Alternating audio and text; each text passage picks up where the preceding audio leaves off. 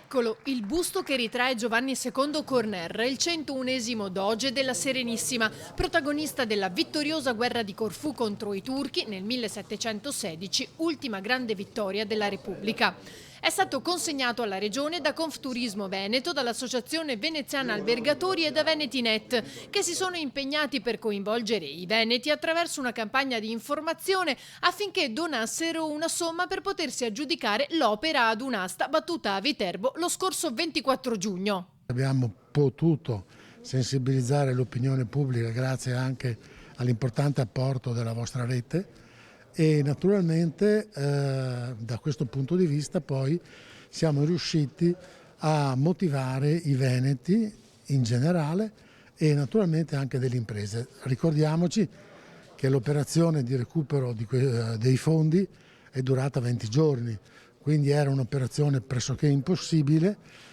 che nonostante questa grossa difficoltà è andata in porto e quindi non possiamo che essere soddisfatti. In prima battuta, ahimè, l'asta era stata persa, poi un colpo di scena.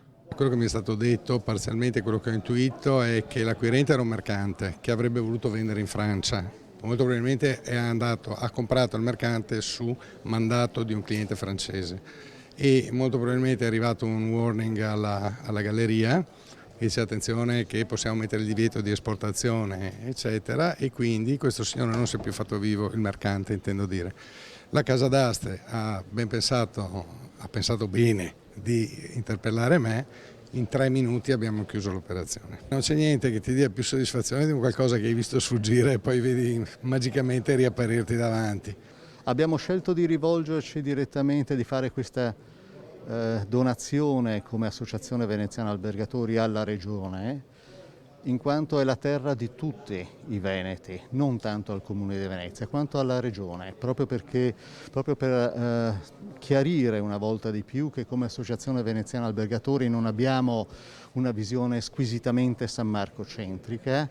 Il doge, nato nel 1647, governò la Serenissima dal 1709 al 1722. Il suo dogado viene anche ricordato per l'ufficializzazione dell'utilizzo della parrucca nell'abbigliamento da parata, usato anche da tutti i suoi successori.